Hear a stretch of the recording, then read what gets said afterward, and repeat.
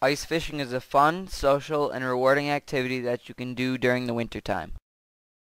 The first thing that you need to do before you can get fishing is to get some bait.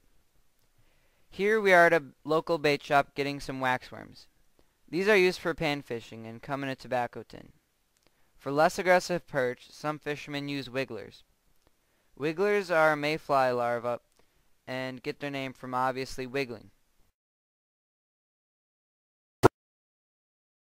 Here we have some large pike suckers that we picked up from the bait store. These are used for putting on the hook of a tip-up and are aimed at catching northern pike. However, you may catch a large walleye off of this as well. You will also need some gear to go ice fishing.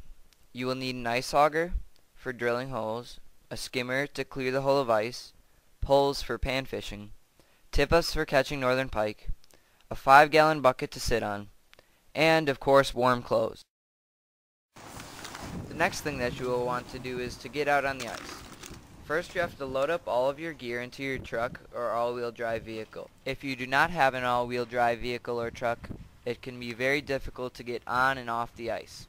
If you see other cars out on the ice, you're fine, but if you do not see any, I would suggest drilling a hole or two to see how deep the ice is. If it is 8 or more inches deep, it is safe to drive on.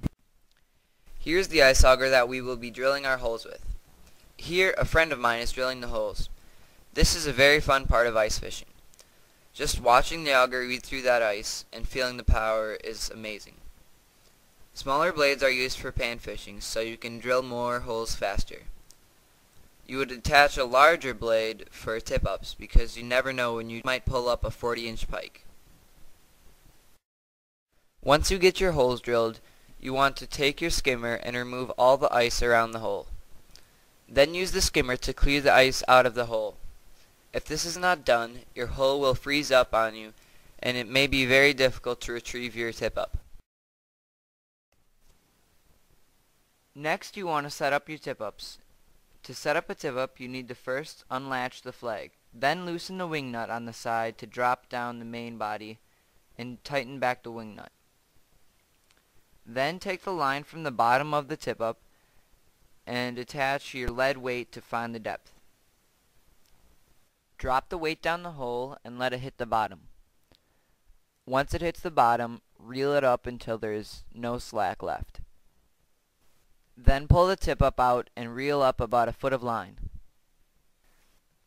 This is so the bait is not sitting on the bottom of the lake and can actually be seen by the fish. Once that is done, bring up the rest of the line by hand and attach a pike sucker through the back or through the lip. Make sure not to let your bait go back in the hole before it's on the hook. That would be bad. Once that is done, lower the bait into the hole and place the flag under the little T section.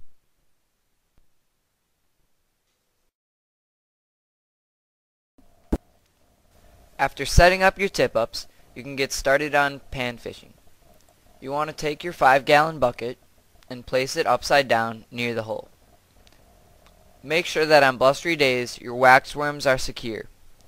Now you want to take out your waxworms and put one on a hook. Then lower it into the water and lightly jig off of the bottom. Here is Don jigging for perch using his Vexilar. The Vexilar is a sonar device that shows him where the fish is off the bottom. Shortly after, he reeled in 2 jumbo perch. Occasionally a random snowmobiler will stop by to talk to you.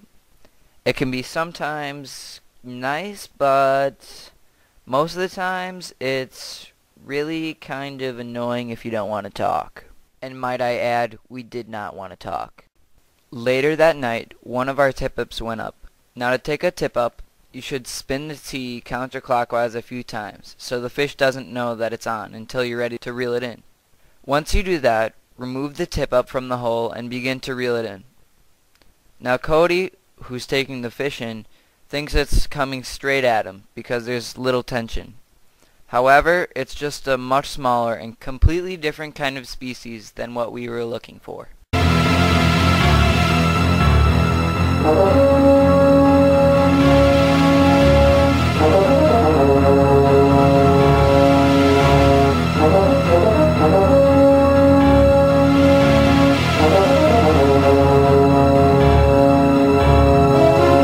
It's a bullhead!